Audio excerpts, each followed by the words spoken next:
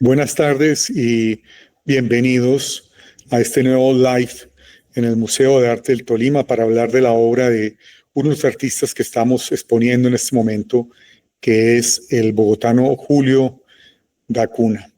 Julio Da Cunha, que nace y muere en Bogotá, pero que la mayoría de su periplo vital lo tiene en Estados Unidos. Y hoy tengo un invitado muy especial, una persona maravillosa con la que se habla poco, que es Francisco Arévalo. Francisco Arévalo, bueno, déjame presentar tu pasado, Francisco. Perfecto. Arévalo es un doctor,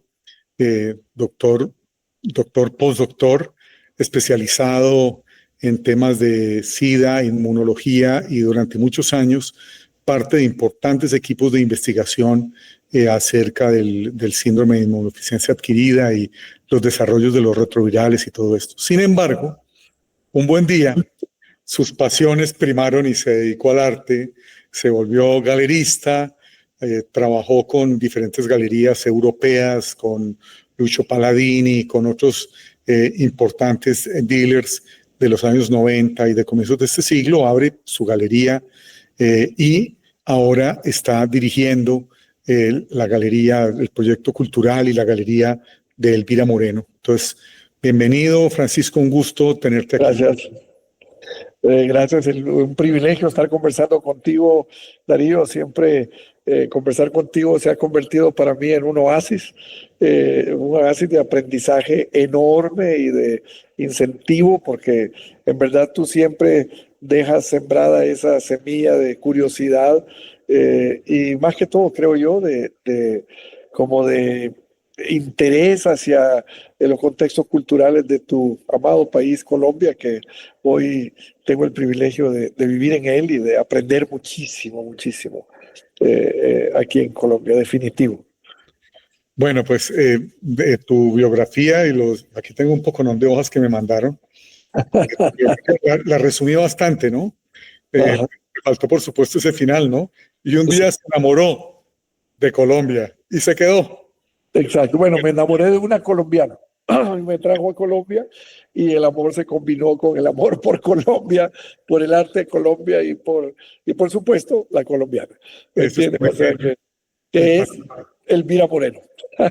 Para nosotros es un gusto tener Colombia y bueno, en la historia del arte colombiano son muchos los extranjeros que han participado e influenciado y creo que hoy vamos a hablar un poco de este tema. Para entrar ya en materia sobre la exposición y la obra de Julio Da Cunha, quiero, bueno, primero que todo, contarles que él nace Julio Acuña y es hijo de un celebérrimo pintor de la época, el maestro Luis Alberto Acuña, pero que era un pintor de los Bachué, un pintor anterior, y él, que nace en el año 29, se va a estudiar arquitectura en Estados Unidos y luego hace carrera de artista. Pero el detalle, aquí, por lo cual lo tenemos en el museo, bien sabe Francisco, es que nosotros tenemos como parte de nuestra misión y nuestra visión revisar un poco la historia del arte en Colombia, revisar un poco obras de artistas colombianos que de pronto los hayan sacado de la primera línea y nos encontramos figuras como Acuña, que está en todos los albores de la abstracción en Colombia, es de los pioneros de la abstracción en Colombia, pero que de alguna manera lo han quitado de la línea. Entonces yo te propongo para hablar de este tema que digamos que haga una presentación de caso de lo que fueron los primeros años de Acuña como artista abstracto, antes de que podamos hablar del resto de la obra y por supuesto, el interés tuyo en la obra y todas estas cosas. Si te parece bien, voy a compartir una pantalla y, bueno, entonces, la exposición que nosotros tenemos en este momento se llama Polaridades y se llama Polaridades porque Julio de Acuña en su larga carrera hace un vaivén entre la abstracción y una figuración. La abstracción hay un momento que la hace absoluta, la figuración siempre está tocada por la línea moderna y pues hay que decir que es figurativo porque reconocemos los objetos, pero en ningún momento cercano al realismo ni nada por el estilo. La exposición nosotros la montamos en la sala principal del museo e hicimos porque teníamos la oportunidad por el material que había legado Julio da Cunha, lo pudimos colocar con algunos de cortes históricos y de su historia personal.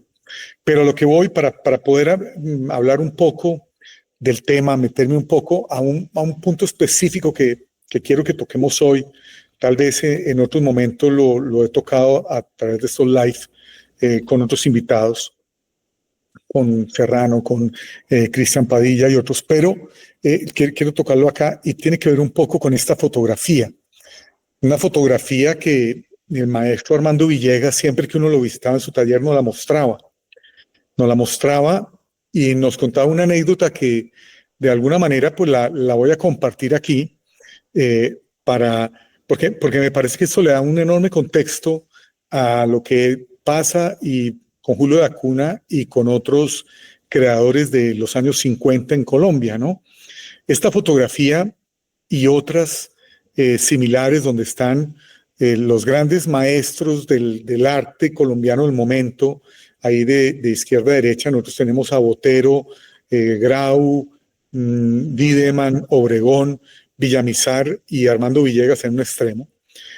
Fueron tomadas por Hernán Díaz, que por cierto es tolimense, también les divagué, para esta portada de la revista Semana a finales del año 59 y con la idea que tenía Marta Traba, que hacía un tremendo artículo adentro vendiéndolos como los 6 grandes de la pintura colombiana, o algo así es el título del artículo, y era el mismo título que ella iba a usar en un libro que luego, pocos años después, cuando se publica, tiene algunos cambios, ¿no? Hay que decirlo, pues que no todos los días salen en este tipo de revistas políticas, sale un grupo así de artistas, ¿no? La revista Semana, vale la pena recordar que fue fundada en el año 40 o 41 por Alberto Lleras Camargo, en este momento cuando se edita esta revista, presidente de la República, y todavía sigue siendo dueño de la revista, pero la dirigía en ese momento Alberto Zalamea, el marido de Marta Traba y por quien viene a Colombia. Marta Traba ha llegado a Colombia unos pocos años antes y bueno, publican este artículo. A lo que voy con esta historia es que luego cuando se publica el libro 6 artistas contemporáneos con fotografías de Hernán Díaz y textos de Marta Traba, resulta que la fotografía sale recortada. De hecho, no solo esa, sino otras de ese día terminan siendo recortadas porque en la lista de 6 artistas contemporáneos ya no aparece el nombre de Villegas. La portada de Semana es porque ella reúne esos 6 artistas porque son los artistas que ella selecciona para la Quinta Bienal de Sao Paulo.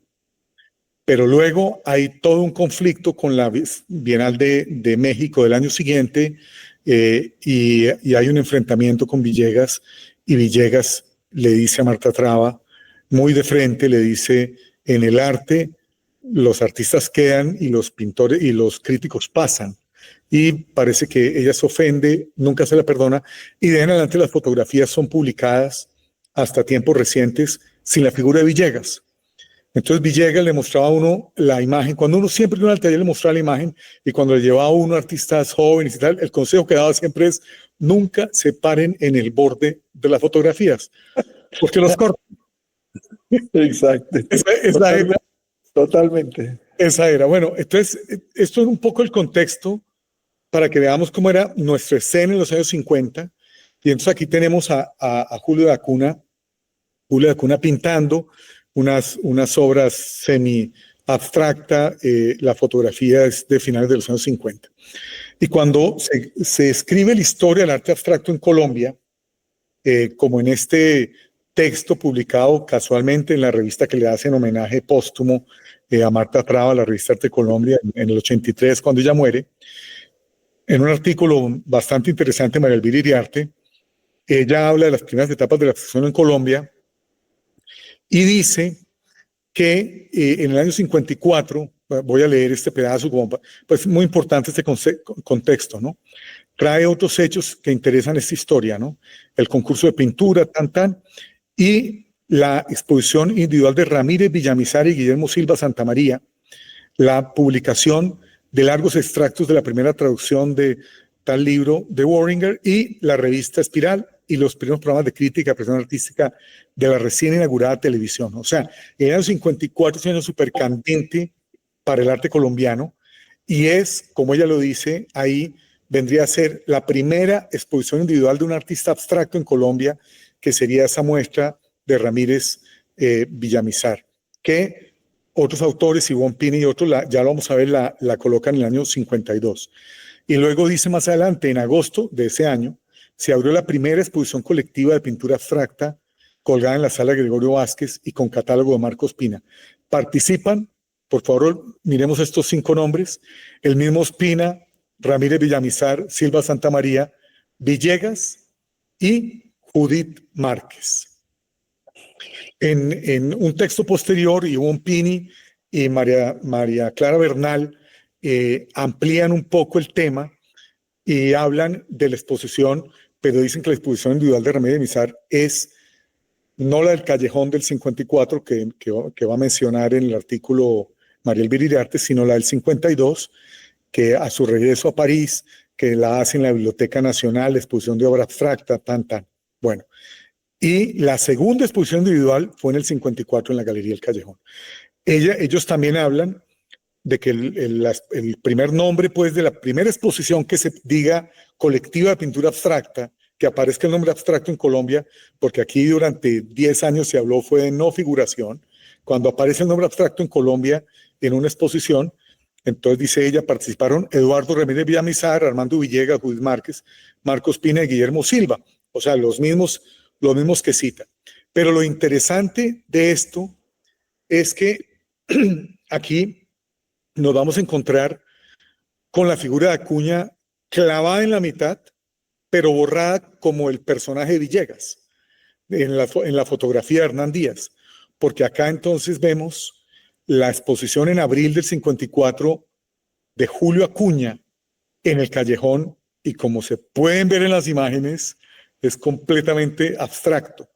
La exposición de Villamizar del año 52 no es un individual, sino es una colectiva con otro abstracto también olvidado y borrado, que lo tenemos que poner en la lista y tenemos que hacer muestras de él, que es Arboleda. Y Arboleda tiene, pues, expone con Villamizar esculturas en barro y cerámica abstracta, en la misma muestra que dicen que es la individual de Villamizar, luego no era individual. Y luego hablan de la del Callejón de Villamizar, y la de Callejón de Villamizar es a finales del año 54. Entonces, la primera exposición individual de un artista abstracto en Colombia sería esta exposición de Julio Acuña de abril del 54. Si no fuera el primero, tendríamos que ver quién lo sería y cómo lógicamente entraría este nombre de todas maneras entre los pioneros, ¿no? Fue una exposición muy divulgada, no pueden decir que no sabían de ella, ni mucho menos. Inclusive Walter Engel, que es el primero que da cuenta de la historia de arte abstracto en Colombia en el año 56 o 57, cuando él hace el recuento para la revista Plástica, pues ahí está hablando sobre... Ahí está Walter Engel, ese artículo vertical del centro, no, por supuesto no alcanzan a leer, pero es para mostrar cómo el tiempo, el espectador, el espacio, toda la prensa de la época tuvo que ver con esta muestra, que era además la primera exposición que hacía Julio Acuña, quien para ese momento estaba terminando o acaba de terminar de estudiar arte en la Florida, en Estados Unidos. Y aquí está el recuento de la primera colectiva de pintura abstracta, y resulta que los nombres completos son Judith Márquez, Marcos Pina, Eduardo Ramírez Villamizar, Armando Villegas, Silva Santamaría y Julio Acuña. O sea, que lo burlaron de la historia del arte colombiano sin más. O sea, lo quitaron. Cualquiera que tuvo la invitación en la mano sabía que ahí estaba el nombre de Acuña. O sea, este no es un nombre que uno se está inventando, ni mucho menos. Cualquiera que tenga la lista de la exposición del Callejón sabía que la Villamizar es en octubre, como de hecho lo saca en el último libro que compila la revista Plástica cuando la exposición de Judith Márquez reciente. Ahí hablan que la exposición fue en octubre, luego la de Julio Acuña es anterior, y esto pues me parece muy interesante. Y bueno, y estas eran las obras que hacía Acuña en esos años 50, desde unas obras geométricas como estas, eh, que era un poco la línea de lo que aquí en Colombia iban a promocionar como arte abstracto, o sea, el que tenía que ver más con la geometría, con las formas simples, y una variante, la variante, digamos, más expresionista, eh, más espontánea, podríamos decir, de arte abstracto, aquí le hicieron dura guerra hasta los años 60, hasta entrados los años 60, pero de todas maneras esto era parte del trabajo que hacía Acuña en ese momento. Él se va contratado como profesor de Estados Unidos. De Estados Unidos va a pasar unos meses en España y viendo la escena en Europa y viendo la escena europea, deja la figuración, deja la abstracción y retoma la figuración y hace este tipo de figuración, y con este tipo de figuración vuelve a exponer a Colombia en la Galería El Callejón en el año 62. Para entonces, la historia que les conté al principio, ya había pasado la Bienal de México, ya había habido un problema tremendo en el arte colombiano entre los que apoyaban a Marta Traba y los que no apoyaban a Marta Traba, y algunos como Villegas quedaron en la otra orilla y lo quitaron de la foto, y otros como el papá de Acuña, que era el maestro Acuña, lo borraron también de la historia del arte un poco, lo atacaron, etcétera, y entonces por consiguiente la hija le dedica pues una crítica importante a Acuña, donde dice pues que él es un desconocido para arte colombiano, o sea, negándole todos sus aportes, todas sus cosas. Esto es el año 62.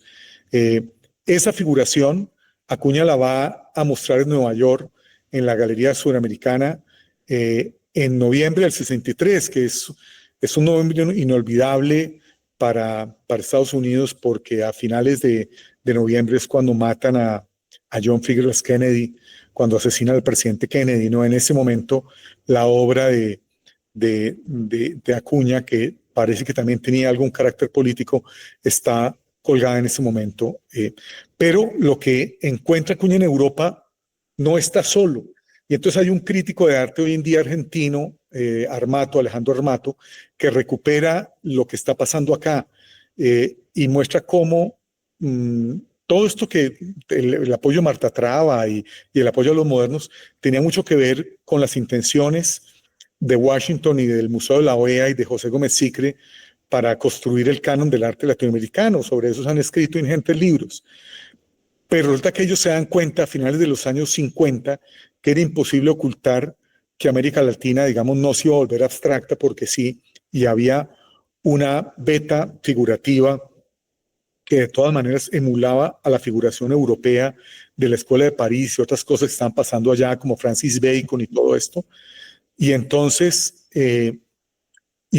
hace esa exposición de Neo-Figurative Painting en Latinoamérica en el Museo de la OEA, José Gómez Sicre, en el mismo año 62 de la exposición de los figurativos, y Marta Traba, que llegó un poquito tarde al tema, termina escribiendo un libro sobre eso, Los Cuatro Monstruos Cardinales, 3 años que lo publican 3 años más tarde.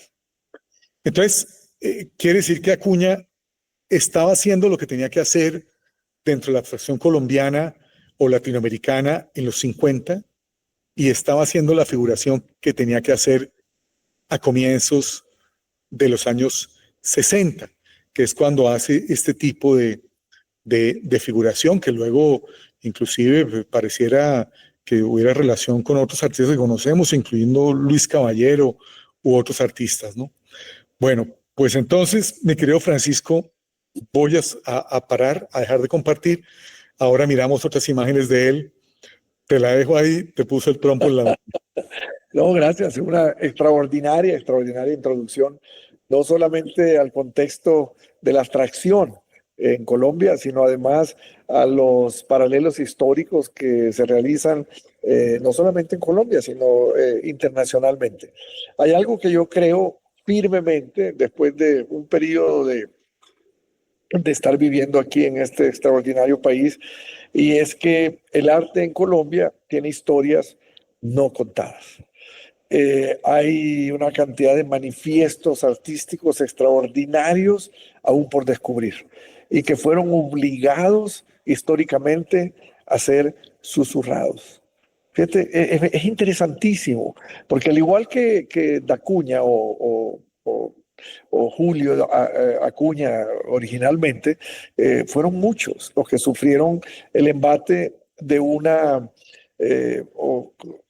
de una retrogradez en el contexto histórico del arte colombiano, dirigido por alguien que venía con un conocimiento extenso, pero un conocimiento extenso basado en su experiencia, que era una experiencia que se había iniciado en Latinoamérica a raíz de la llegada de Torres García el 29 de abril de 1934 a Uruguay, ya un Torres García viejo, pero con una historia extraordinaria en términos históricos, habiendo él seguido la abstracción en Europa.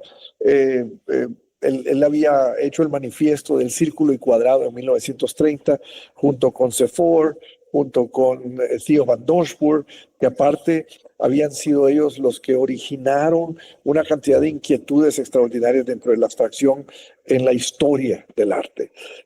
Para cuando llega Torres García en 1934, hace influencias en Argentina, específicamente sobre la no figuración, se llamó, al igual que el título en los años 50, arte no figurativo. Eso derivó en 3 movimientos más, entre ellos el arte Madí, que para 1946 en Argentina se estaba manifestando a través de una galería que todavía existe, que es la Galería Van Riel. Con una influencia totalmente ejercida por la diáspora europea, que trajo todas aquellas ideas que ya habían evolucionado en Europa, pero que se interrumpieron a partir de 1918 y de 1938, que fueron la instauración de las 2 grandes guerras mundiales, que interrumpen esos procesos históricos que se dan continuidad aquí en Latinoamérica. Cuando Marta Traba llega acá, ella llega con un conocimiento extraordinario basado más que todo en la evolución del arte geométrico. Y como dices tú, aísla enormemente el contexto histórico colombiano y margina una cantidad de artistas que pudieron haber dirigido a Colombia hacia la internacionalidad de la abstracción, que era en ese momento la que se estaba manifestando en Estados Unidos a través de un expresionismo abstracto que reflejaba más que todo unos contextos sociopolíticos que también se dieron en Colombia. Mira lo interesante, en 1954 fue una fecha muy importante para Colombia, no solamente por la exhibición de Dacuña, pero es el año que regresa Fernando Botero de Italia. Y es el año que regresa Obregón. Después Obregón gana un premio por una pintura pseudo figurativa, pseudo abstracta, que en este momento pues se encuentra en España.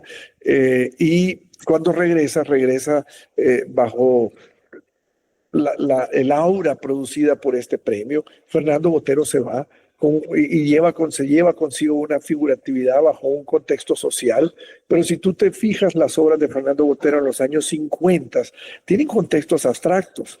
Hay una abstracción muy inherente a la pincelada sobre la cual se estaba él ejerciendo. Él, al igual que Acuña, en los años 60 se impregna de Velázquez, se impregna del renacentismo del siglo XVI y lo reinterpreta a través de su pintura bajo contextos sociales que después se manifiestan en los años 70. Pero regresando a la historia de la abstracción en Colombia, Marcos Pina, por ejemplo, la primera pintura sobre la cual yo tengo conocimiento, una pintura extraordinaria del año 48, en donde era un paisaje, eh, eh, se llamaba La Aurora, y era un paisaje totalmente abstracto, era una abstracción absoluta. Marcos Pina es el que auspicia las exhibiciones de arte abstracto en la galería que tú mencionaste, ¿no? Creo que el Muro, que al mismo tiempo que ejercía, perdón, el Callejón, que al mismo tiempo que ejercía como galería también era un recurso literario porque era también una librería de libros de arte, en su gran mayoría internacionales, por supuesto. Pero mira un contexto interesante. 1948, como te digo, es desde el punto de vista mío y dentro de mi investigación visual, la manifestación de la primera pintura abstracta de la cual yo tengo conocimiento en el contexto colombiano, pintada por Marco Espina. Pero en 1950, Grau, Ramírez y Negret ya están exhibiendo en Nueva York y están exhibiendo esculturas y pinturas pseudo abstractas o pseudo figurativas, dependiendo de cómo la vayas tú a interpretar. Lo más interesante es que están dirigidas por lo que en ese momento era el New School for Social Research. De nuevo, la parte de Latinoamérica estableciendo un pie en Nueva York, en una galería relevante, importante, y que ese pie sea colombiano. Eso tiene repercusiones sobre Dacuña, que como tú mencionabas, habiendo estudiado arquitectura en la Universidad de la Florida, decide en ese momento ir al Cranbrook Academy, una academia de artes que era extremadamente relevante y lo sigue siendo, con egresados como Florence Knoll, Charles y Ray Eames, Harry Bertoya, que aparte después fueron parte de la facultad de la misma escuela, y hoy en día a Vinion, que el año pasado representó a los Estados Unidos en la Bienal de Venecia. O sea, bajo ese mismo contexto también no hay que olvidar que una de las egresadas más importantes de esa academia es Olga de Amaral en la Facultad de Textil y Jim Amaral en la Facultad de Artes Plásticas. Acuña, como mencionabas, continúa con su intención en un carácter pedagógico, mudándose a Delaware y terminando como académico de la Universidad de Delaware en Wilmington, y es recibido extraordinariamente al punto que termina siendo el director emérito de la Facultad de las Artes y el Diseño de la Universidad de Delaware. Al mismo tiempo, paralelamente, elaborando una abstracción en un principio, como lo mencionabas, después una figuratividad influenciado más que todo por contextos europeos de los años, en este caso, en él en particular, del pre-renacimiento español, y después un regreso de él hacia una profundidad más abstracta, influenciado muchísimo por la Escuela de París de los años 60. La Escuela de París de los años 60 ya tenía un carácter que no solamente era Soulages, por ejemplo, sino un carácter mucho más accesible, como lo fue la obra de Roberto Mata, Wilfredo Lam, pero en específico en el caso de Acuña, Roberto Mata. La pincelada de Acuña en los años finales de los 60, cuando él deja la figuratividad y regresa a la abstracción, es totalmente la pincelada de Roberto Mata, con las mismas profundidades, con los mismos contextos surrealistas, pero con una temática totalmente personal. Hay diferencias muy marcadas, sobre todo en el carácter de la profundidad de la pintura como ejecución. Ahora, tú mencionabas, sí, esos contextos de la historia de Colombia en donde se comienzan a hacer manifiestos mucho más abstractos, pero esa abstracción sufre la crítica de Marta Traba y se enfoca de una manera muy objetiva en la abstracción geométrica, pero una abstracción geométrica que está sucediéndose en Colombia 20 años después de que se haya sucedido en Argentina. para 1950-51, primero con la exhibición de Max Bill en el Museo de Sao Paulo y el inicio de la Bienal de Sao Paulo en 1951, la abstracción se vuelve concreta y el concretismo se vuelve la identidad de la abstracción latinoamericana.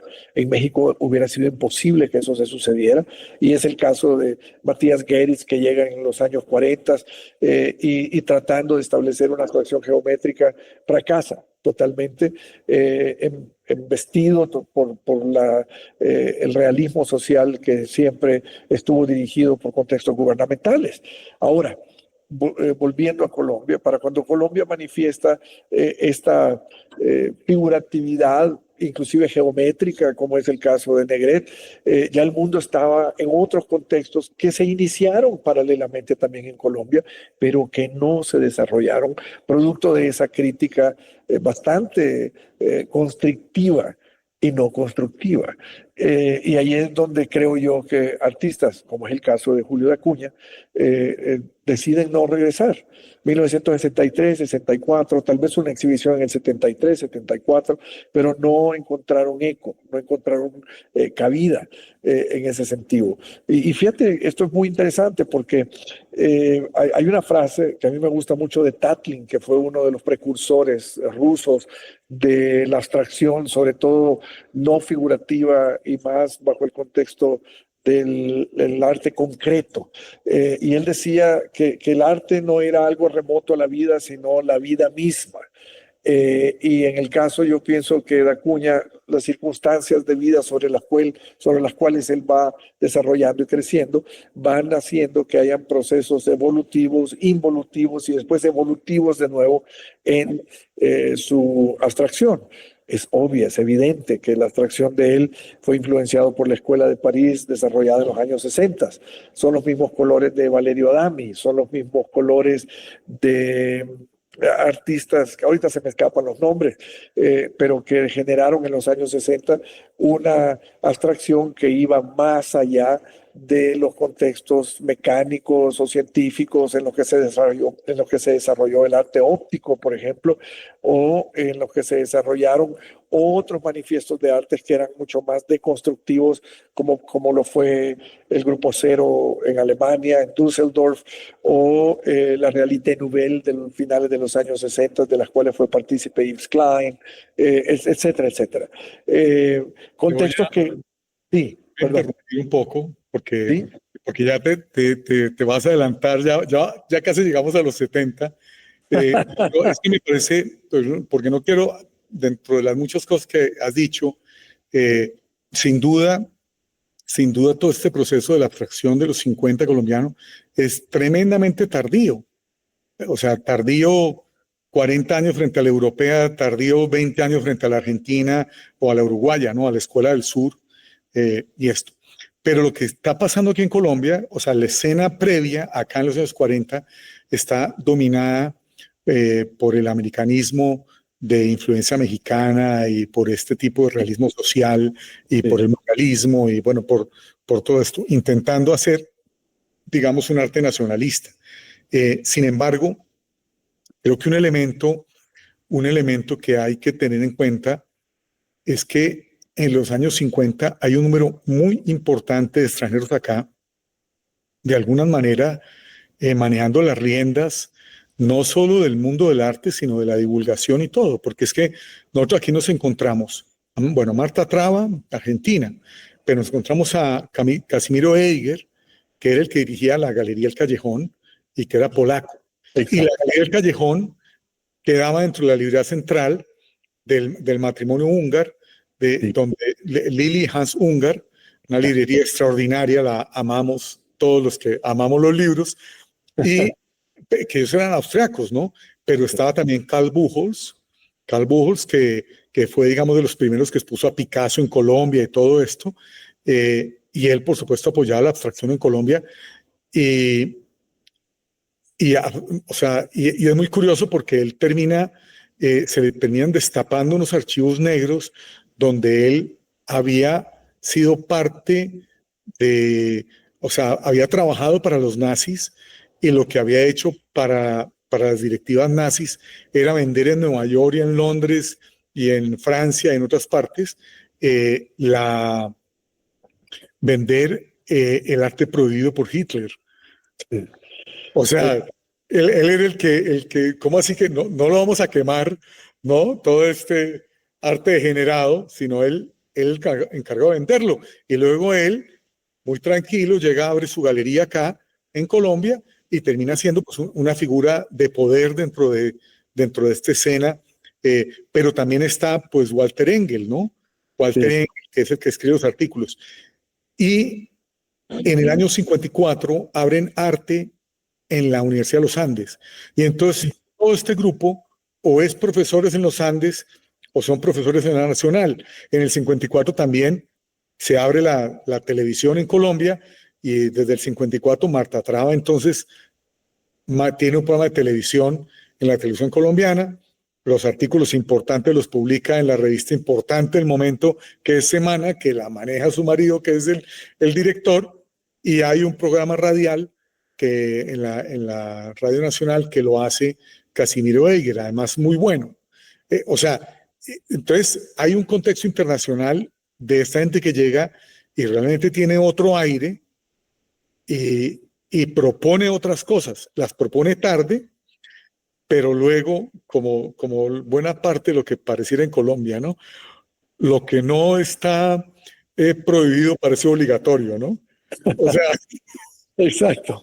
todos tenían que estar ahí y el que no estuviera ahí no funcionaba, ¿no? A mí me parece que en este contexto, yo creo que sin duda, hay que revisar no solamente a Julio de Acuña, porque, por ejemplo, tú hablaste de los concretos de la Escuela del Sur y aquí un uruguayo, Aristides Menenghetti, que precisamente sabía de estos temas, los había leído, era amigo de ellos, y él aquí escribía artículos sobre los concretos y decía que había un artista concreto en Colombia que era Luis Fernando Robles, que es otro de los que han quitado de la lista.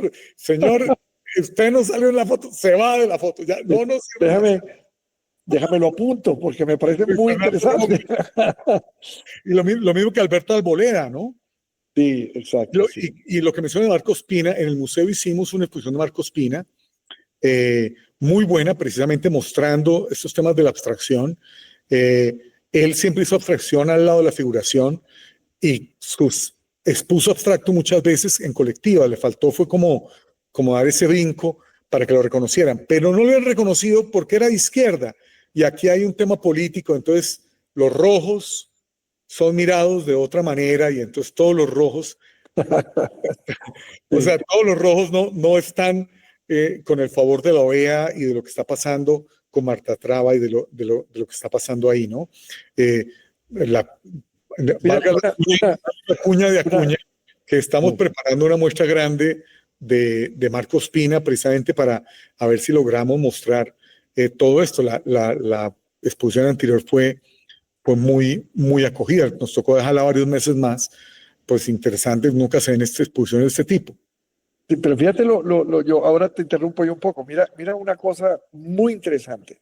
La primera Bienal de Sao Paulo, que se convirtió realmente en un referente mundial en los años 50, no solamente por los artistas que invitaban, sino por la internacionalidad realmente con la que ellos abordaron la Bienal desde un principio. 1951, el que ganó el premio a la escultura fue Max Bill. 1953 se establece de una manera así muy fuerte lo que es el arte concreto, el arte neoconcreto, pero para 1957, que fue la cuarta Bienal, quien escoge los artistas, quien escribe los párrafos en el catálogo de la Bienal es Marta Traba. Y los artistas que escoge, de nuevo, y aquí hay una consuetudinariedad, bueno, es consuetudinario ya, o a partir de ahí, ella escoge a Enrique Grau, a Alejandro Obregón, a Eduardo Ramírez Villamizar y a Guillermo Silva Santamaría, del cual yo, te debo ser sincero, no conozco muy poco, o sé muy poco. Lo que sí me es claro a mí, ¿me entiendes? Métalo en la lista. Sí. También hay que exponerlo. Exacto. Es que a partir de ahí comienzan a celebrarse artistas que van a ser perennemente celebrados como íconos históricos de una identidad, de una Colombia en los años 50, dirigida, como dices tú, por pensares diaspóricos y no necesariamente dentro de una evolución que en ese momento estaba dirigiendo el arte hacia otros momentos, hacia otros contextos. Para 1967-68, el arte óptico, la abstracción, mira, 1957 fue el último manifiesto de arte geométrico abstracto en Argentina que se llamó el arte nuevo. Para 1959 hay un movimiento que se llama el arte generativo, que era la búsqueda de metodologías científicas para poder generar abstracción geométrica. ¿Ves? Argentina ya se estaba yendo por otro lado. En ese momento, Frank Malina, que había sido un gran investigador en la NASA y que fue el creador de los cohetes de propulsión para las naves que terminaron, los cohetes que terminaron yendo a la Luna, establece movimientos basados sobre todo en contextos científicos. Para 1962, MIT produce una revista que termina siendo la revista de arte y tecnología, en la cual dos artistas argentinos están incluidos desde un principio con abstractos científicos, pero ya el mundo estaba tomando otras direcciones. Los Estados Unidos ya estaban dejando atrás la abstracción que habían generado en los años 50 y están entrando ya más en el hard edge, en el minimalismo, y después viene, por supuesto, todo lo que es los contextos sociales que generan el arte pop de los años 70 y todo lo que tú y yo conocemos de los años 80. Paralelo a eso, Julio de Acuña, un observador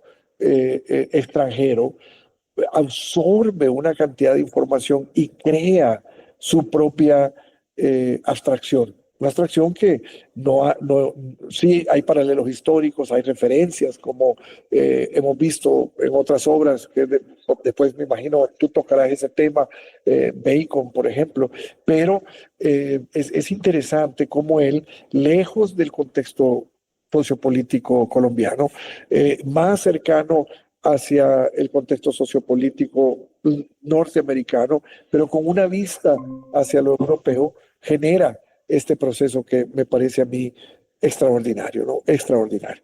Pero en fin, perdona la interrupción, pero era mencionarte eso.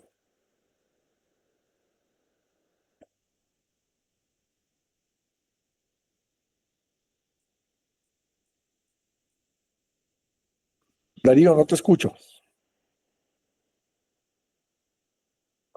Aló, ahora sí, Ahora sí, ahora sí, ahora sí. dije cosas tan inteligentes mientras... Me imagino, me imagino. No, te decía que me parecía muy interesante lo que decías y que pues es una conversación que ojalá se podamos desarrollar desde muchos puntos de vista, porque nosotros en Colombia pues nos quedamos realmente en un relato muy provinciano y cuesta trabajo decirlo y cuesta trabajo aceptarlo, pero evidentemente pues el siglo XX era, mejor dicho, como olas, ¿no? O sea, Sí.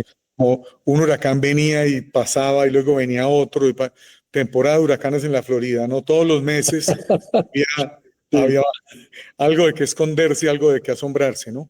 Y sin duda, y sin duda eso se refleja un poco en el trabajo de Julio da Cunha. Julio da Cunha, que deja de ser da Cuña por la dificultad, en el inglés no existe la ñ, él vive Sí, allá en 50 y entonces empieza a buscar maneras de que le digan algo parecido a su nombre, a su apellido paterno, y ahí termina entonces construyendo este da Cunha, que entre otras cosas dificulta tanto la búsqueda y la búsqueda de datos de su trabajo, porque firma pues con tres nombres diferentes a lo claro. largo de su carrera. Aquí nosotros ya estamos viendo obras donde él, como comentabas, regresa a la abstracción en los años 70 y los colores son sorprendentes, verdaderamente sorprendentes. Hay un proceso en Acuña, en Da Cunha, desde comienzos de los años 60, y es que no vuelve a usar otro material pictórico que no sea el acrílico. O sea, hasta eso, ¿no? Aquí en Colombia todavía está la discusión de si va a durar más un acrílico que un óleo, etcétera. Imagínate en los años 50. Claro. Y él se casa definitivamente con el acrílico y evidentemente se ve que él mira la escena internacional, pero no le pierde el ojo a la escena latinoamericana que está en París. No le pierde el ojo a lo que está pasando y lo que él puede ver desde Estados Unidos, ¿no? Desde su puesto en la universidad, de la que él termina siendo además profesor emérito, termina teniendo estudio dentro de la universidad, termina siendo como una especie de protegido dentro del mundo universitario allá en Estados Unidos. Y ahí pues vienen obras como estas, ¿cierto? Abstractas, que obviamente pues no se queda quieto y varía, y que vuelve luego, una década más tarde, de década en década, a hacer estas figuras que entre Adam y que lo mencionabas y Francis Bacon, pues nos revela muchas influencias de muchos artistas, pero también revela una persona muy inquieta. O sea, revela a un artista que nunca se ha quedado quieto y que de pronto la estabilidad de su trabajo universitario le permite preparar con holgura los trabajos para sus exposiciones sin ningún afán de nada más allá de lo que realmente quiera hacer y las inquietudes que tenga, ¿no? Porque en la exposición del museo es muy notorio cómo él se va moviendo a través de los años y en ningún momento se queda quieto. O sea, los artistas, por lo menos ese grupo de los colombianos famosos, casi todos se quedaron, paró su proceso en un momento determinado. Se quedaron haciendo una figura determinada, se quedaron haciendo un tipo de abstracción determinado, se quedaron haciendo una deformación determinada con una paleta determinada de color, ¿no? Y pues hay artistas que, por no decir nombres, porque los conocía a todos, pero que se repiten ad nauseam. O sea, Totalmente. es impresionante, ¿no? Donde ya se pierden las décadas y los últimos 30 años de la vida de muchos de ellos, siente uno que uno está viendo el mismo cuadro, ¿no? Totalmente. El mismo brochazo, el mismo pájaro, bueno, la misma cosa, ¿no? Sí. Las mismas figuras, y eso los hace reconocibles, pero me parece interesante cuando un artista, pues, no para nunca su búsqueda, ¿no? O sea, yo creo que esos los anotaría entre los interesantes, y como mencionaste a los argentinos, si hay algo de rescatar de muchos de ellos es eso, el que siempre siguieron adelante y siguieron evolucionando más allá, ¿no? Sí. Totalmente.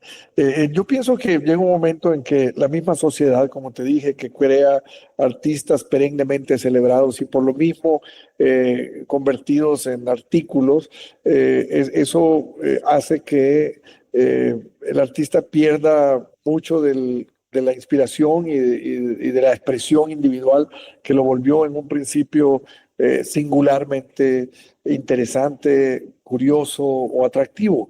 Y uno de los peores contextos en los cuales un artista se puede manejar es bajo el sentido comercial, en el que su obra se convierte en una iconografía referenciada, de la cual el artista decide no escaparse y decide mantenerse en ese estado somnoliento de creatividad. Para mí, ahí es donde yo creo he expresado mis bostezos más profundos, ¿sí me entiendes? O sea, cuando yo veo que el artista no se reta a sí mismo y reta también a sus seguidores y a quienes lo han escogido para incluirse en sus colecciones. Y admiro enormemente a aquel que se reta a sí mismo y que reta a sus seguidores, que reta al coleccionismo, que reta a la academia a reinterpretar constantemente su manifiesto. Pues es que, claro, y hay figuras legendarias sobre eso. Fíjate que yo creo que uno de los estilos del siglo XX más conocidos y de piezas más icónicas, pues es la parte pop, los años pop de Warhol, ¿no? Y Sí, con las Marilyn, ¿no? Y los Mao, y bueno, los claro. Kennedy y todo esto, ¿no? Pero resulta Mira, que hay, eso no fue ni 10 años. sí, ahí te voy a interrumpir porque hay una frase muy importante de un artista que se llama Al Cap y él decía en esa traducción de que de lo que tú estás hablando es un producto de los sin talento vendido por los sin principios a los completamente desconcertados. ¿Me entiendes? Entonces, y ahí, o sea, ese es el sistema en un momento dado, ¿no? Que produce un autosostenimiento comercial. Y yo te lo digo y creo que lo hemos conversado antes, nuestra galería es una institución con afán de mucho lucro, pero estamos fracasando enormemente porque seguimos esos contextos de tratar de buscar a los contalentos para poder establecer a través de principios un asombro entre aquellos que entran en nuestro espacio a descubrir, como lo hacen ustedes. Mira, yo mencioné al principio que el arte en Colombia tiene historias no contadas. Y me fascina ver cómo el Museo del Tolima, el Museo de Arte Contemporáneo, el Museo de Arte Moderno, desafía las clasificaciones específicas y se adentra a darle voz a esos susurros, a esos manifiestos en la historia de Colombia que desafortunadamente no fueron contadas de una manera tan prominente como lo están haciendo ustedes, de verdad. No, pues precisamente creo que por eso desde el principio, cuando fundamos el museo, no le pusimos ninguna etiqueta porque quedábamos limitados a interpretar el arte y la historia a partir de esa etiqueta, ¿no? Sí, Y, y eso nos ha permitido entrar y conocer y revisar algunos autores maravillosos. Bueno, con ustedes hicimos Zapata hace un sí, tiempo, bueno, sensacional, pero se hizo Marcos Pina, se han hecho muchos, ¿no? Hicimos la muestra, por ejemplo, de los concretos de Negret, ¿no? La visión de sí, los concretos, la defensa de la abstracción que hace Negret desde su galería en los años 90 sobre la abstracción. De hecho, hemos dedicado un número muy importante de muestras a la historia y a la revisión del proceso de la abstracción en Colombia. Y creo que lo vamos a ir haciendo porque precisamente pues es una historia, ya no se va a cambiar, o sea, los que se vendieron, los grandes nombres son los grandes nombres, pero eso no significa que en los momentos que les aplauden y les celebran al lado de ellos o inclusive sobre ellos en ese momento, pues no había otros. Y eso, pues por eso es que vale la pena estas muestras y estas conversaciones, estas discusiones, ¿no? Entonces nosotros encontrarnos, por ejemplo, con este tipo de piezas donde uno puede ver perfectamente a Mata en estas obras de Acuña, pero es un Mata que Acuña se está inventando en su momento, a su tiempo, ¿no? Donde puede mirar su arquitectura y, eh, en fin, ¿no? O sea, yo creo que este tipo de autores son autores que bien vale la pena que se revisen, ¿no? Que sí, se revisen. totalmente. Y sin duda creo que tiene el valor, lo que mencionaba de Warhol, pues es que él hace pop durante 10 años y es lo que aún se vende de Warhol. O sea, es su hito comercial, pero los últimos 20 años o más de la vida de Warhol, eh, pues es haciendo cine, es haciendo arte conceptual, es haciendo la caja de brillo, es haciendo otras cosas, ¿no? O Claro. sea, él está haciendo otras cosas que quizás pues no son tan sexys como la Marilyn para poner en la sala de la casa, pero, pero sin duda pueden terminar siendo el trabajo más importante y más interesante de un artista como Warhol.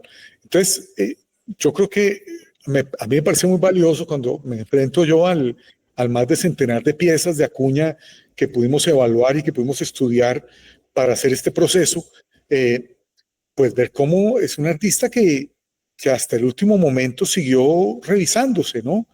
y además aceptado como en su onda bipolar entre los mundos que habitaban en él, ¿no? El Sí, arquitecto que nunca desapareció, el figurativo que de todas maneras está ahí, ¿no?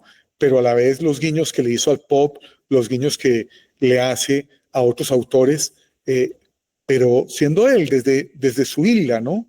Desde su sí. momento. Y mientras tanto hacía exposiciones en Nueva York, mientras tanto exponía en San Francisco, mientras tanto se iba a vivir un tiempo a Australia, a hacer una residencia a Australia y a exponer en Australia. En fin, mientras tanto, a hacer una vida muy interesante que ya la quisieran otros, pues que en Colombia de pronto son más conocidos y más celebrados, y pues que a veces llegaron a 72 saliendo de la Candelaria.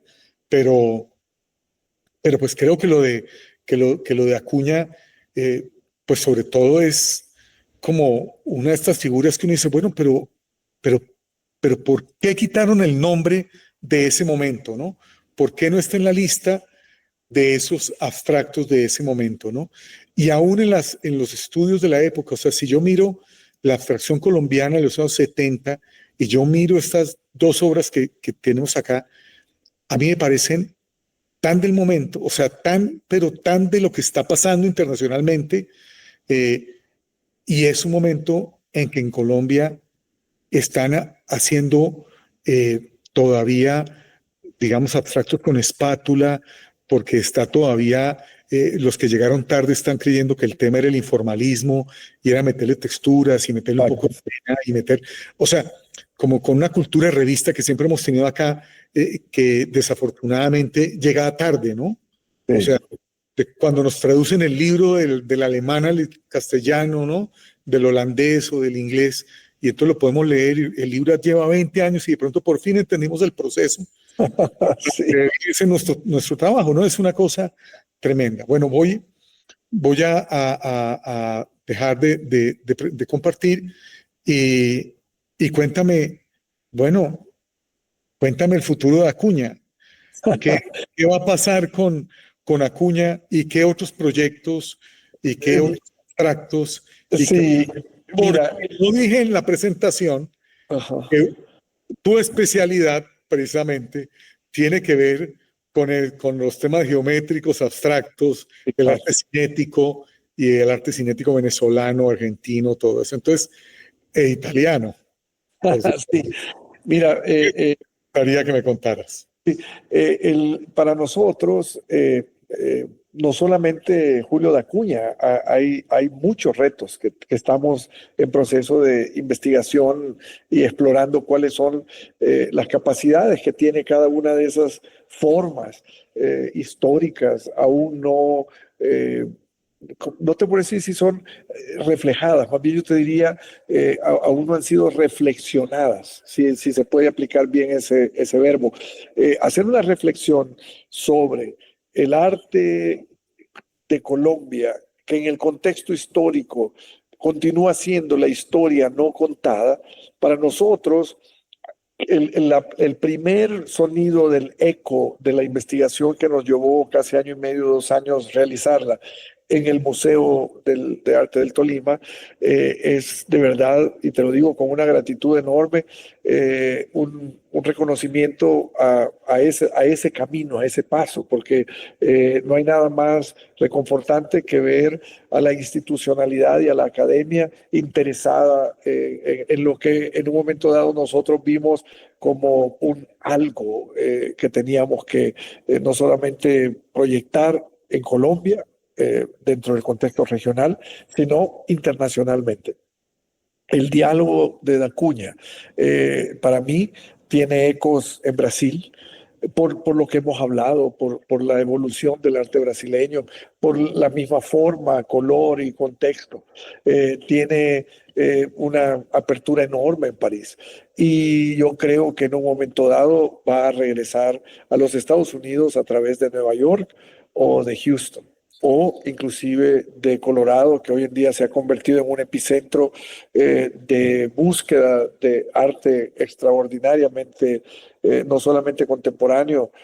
Cuando te digo extraordinario, quiere decir que se aparta de los convencionalismos existentes, y también producto de que acuérdate que la gran mayoría de las introducciones hoy en día ya no son necesariamente aquellas que hacen revisiones como las que hace el museo, sino también aquellas en las que hace presentaciones con carácter comercial, como son las ferias de arte o como son exhibiciones en galerías comerciales en estos puntos cardinales que te he dado. Nuestro siguiente paso, después de la exhibición en el museo, es activar una exhibición que podamos comercialmente ofrecer en nuestro espacio, en la Galería Elvira Moreno, y después utilizar las conexiones que la galería ha logrado internacionalmente para poder también ubicar su obra en otras instituciones o inclusive en otros espacios comerciales en las ciudades que, de nuevo, pues, que te he mencionado, ¿no?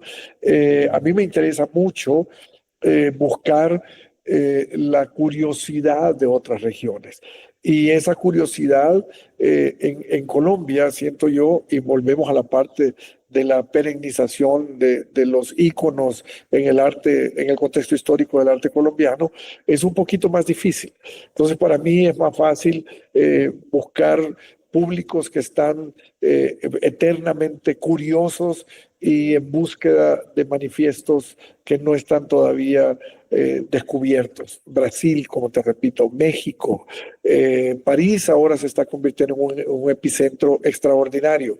Y en el caso de Dacuña, él tiene un paralelo muy interesante que era Hervé Telemaque, un artista haitiano abstracto de los años 60, casi en su totalidad obras monumentales, de las cuales desafortunadamente cuando falleció pues quedaron muy pocas, pero se han reactivado exhibiciones en los últimos 3 o 4 años, y creo yo que la influencia de Telemaque es obvia en la obra de Dacuña, lo que me abre a mí el paso para poder hacer una exhibición en París sin que haya obstáculo alguno. Sin duda. No, muy interesante el tema. Nosotros, pues desde la parte del museo, obviamente estamos muy lejos de opinar o de manejar el tema de la parte comercial o algo, pero sin duda, pues reconocemos que buena parte de la recuperación de un artista tiene que ver con su aparición en el mercado, que es la que en algún momento le da como, eh, bueno, el diploma del corsario que le daban los monarcas a los piratas. Exacto, Sin eso seguimos siendo piratas. Entonces, exacto. volviendo pues al tema de Acuna, a lo que nos reúne, me mandan unos comentarios. Uno de ellos de José Gabriel Acuña, que es precisamente sobrino nieto de Julio de Acuna, y hace una aclaración muy interesante. Dice, su nombre original era Juli César Acuña. Se lo cambió primero a Julio Alejandro Acuña y por último adopta el apellido en su origen portugués, que es da Cunha, donde la NH en inglés suena parecido a la ñ. Muy, muy interesante. Eh, y también hay unos comentarios pues, muy elogiosos de parte de la maestra Olga Martínez Bonilla, pues la saludo, muchas gracias por escucharnos y esto, artista que nos acompaña y que por supuesto es de las ligas del arte contemporáneo en la región. Yo quiero mostrar una última imagen, devolverme un instante, porque precisamente ya que está aquí el nieto del maestro Acuña y, y bisnieto, bueno, bisnieto del maestro Acuña, nieto del otro, ya me confundí, José Gabriel.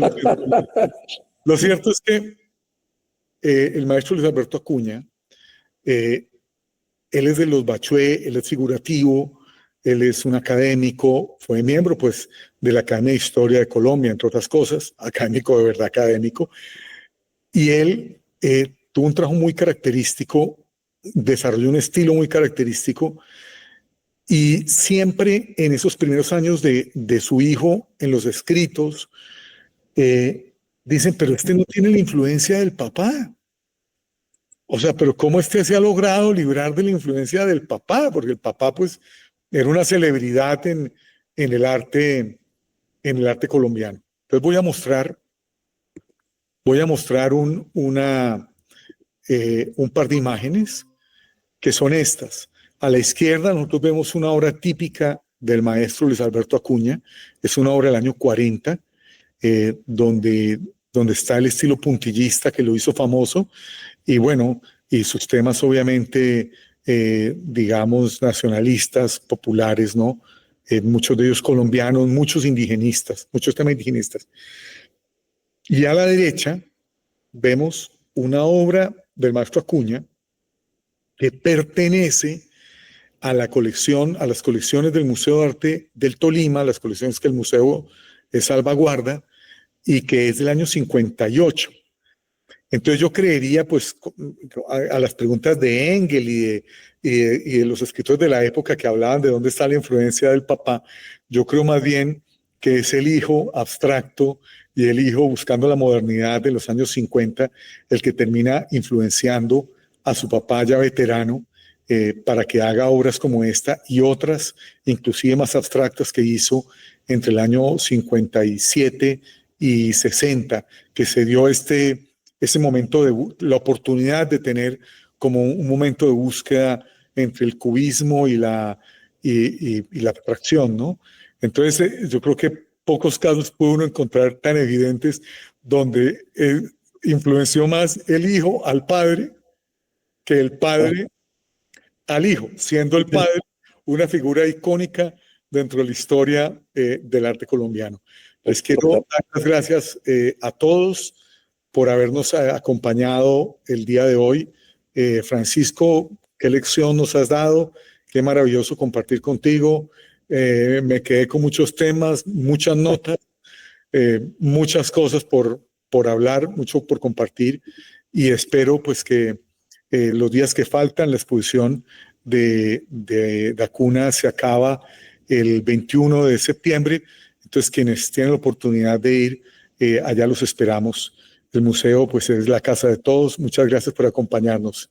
Y Francisco, Darío, yo por mi parte un agradecimiento profundo a ti, a la familia Acuña, que nos ha dirigido a estas obras extraordinarias y nos ha ayudado muchísimo a reconceptualizar la abstracción en Colombia a través de las extraordinarias obras de su tío. En este caso, la familia de verdad ha sido un instrumento extraordinario, y a ti, Darío, y a tu equipo, por esa incondicionalidad que ustedes ofrecen y que nosotros hemos encontrado, y que gracias a ella de nuevo se reescribe la historia y se le da voz a aquellos que tuvieron que en un momento dado, como lo dije en 2 ocasiones en esta conversación, tuvieron que susurrar su arte a pesar de que su arte gritaba historia. ¿Okay? Bueno, muchas gracias. En el mes de noviembre estamos inaugurando otro artista de los que rayó la abstracción en esa década. Buenas noches. Excelente, buenas noches, gracias.